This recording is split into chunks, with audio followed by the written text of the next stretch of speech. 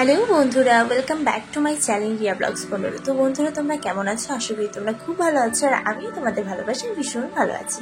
তো আজকে গেছিলাম আমি আমার মায়ের বাড়ি, আর এখানে যা গরম পড়েছে কি আর বলবো তোমাদের, তাই তেমন কিছু পরে যাইনি। আমি কুর্তি আর এই প্লাজো প্যান্টটাই পরে গেছি, আর মাথায় দিয়েছিলাম এক গাদা তেল, সেই জন্য আরও বেশি গরম লাগছিল।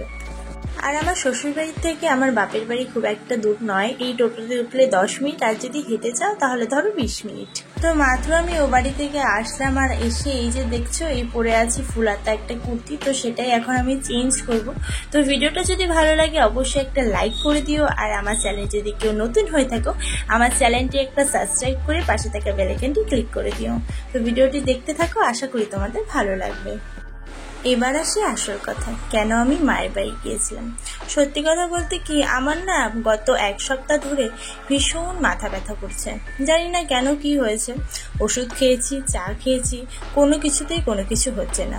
সেই জন্য মা বলল চল একবার ডক্টরের কাছে দেখিয়ে আসবি। তো সেই জন্যই গিয়েছিলাম। আর আমাদের বাড়ি থেকে খুব একটা দূর নয়, এই আমাদের হাসপাতাল, জেলা হাসপাতাল, এই 10 মিনিট মতো লাগে, সেই জন্য নর্মালভাবেই চলে গেছিলাম। তো জানি না আমি আমার কি হয়েছে, কটা তো ওষুধ দিল, কটা কিনতে দিল, আর কটা হাসপাতাল থেকেই দিয়েছে। তো খাই, খেয়ে দেখি কেমন রেজাল্ট পাই। আবার যদি মনে করো ব্যথা হয় তাহলে একটা কোনো ভালো প্রাইভেট ডক্টরের কাছে দেখাবো, কারণ আবার ছোটোখাটো কিছু হলে না আমি হুট করে কোনো প্রাইভেট ডক্টরের কাছে চলে যাই না।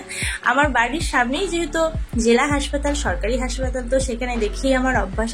আমি বাড়ি থেকে বেরিয়েছি তখন বাজে 11:30, কারণ ঘুম থেকে উঠেই কাজবাজ করে চা খেয়ে তোমাদের দাদাকে রেডি করে টিফিন দিয়ে তারপর পাঠিয়ে দিলাম কাজে। তারপর আমি চলে গেলাম মায়ের বাড়ি। তো সেখান থেকে হাসপাতালে গিয়ে লাইন দাঁড়িয়ে ওষুধ নিয়ে আস্তে আস্তে বেজে গেছে 3:30। তো 3:30 পর এসে কিছুটা খেয়েছি, আর মা আজকে বানিয়েছিল ইলিশ মাছ। তো ইলিশ মাছ দিয়ে ভাত খেয়ে যা ঘুম দিলাম। তো ঘুম থেকে উঠে আমার মনে পড়ছে আমার তো বাড়ি যেতে হবে, কারণ রাতের রান্না বাকি আছে। সেই জন্য একটু খেয়ে দিয়ে ঘুমিয়ে মজা করে চলে আসলাম। আর সত্যি কথা বলতে কি বলো তো, শ্বশুর বাড়ির থেকে বাপের বাড়িতে যাওয়ার যে আনন্দটা আর বাপের বাড়িতে যে সুখটা, সেটা কিন্তু আমরা কোথাও পাই না। এটা কিন্তু আমার প্রতিটা মেয়ে, মানে শুধু আমি না, প্রতিটা মেয়েই জানি যে বাবার বাড়ি একটা আলাদা শান্তি, কারণ সেটা আমাদের নিজের বাড়ি। ও হ্যাঁ, তোমাদের তো একটা জিনিস বলতে ভুলেই গিয়েছি।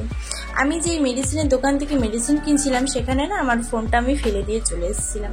তো যখন আমি বাড়িতে টোটোতে আসবো হাফ রাস্তা, তখন আমার মনে পড়ে যে আমার ফোন কোথায়। তো সেখান থেকে আবার রিটার্ন করলাম, রিটার্ন করে খুঁজে টুজে গিয়ে তারপর ফোনের দোকানে গিয়ে পেলাম ফোনটা।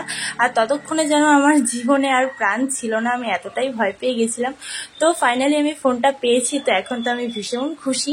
তাই তোমাদেরকেও খুশি করতে ভিডিওটা দিয়ে দিলাম। ভিডিওটা ভালো লাগলে একটা লাইক করে দিও। দেখা হবে ভালো একটা ভিডিওতে। Tata, by.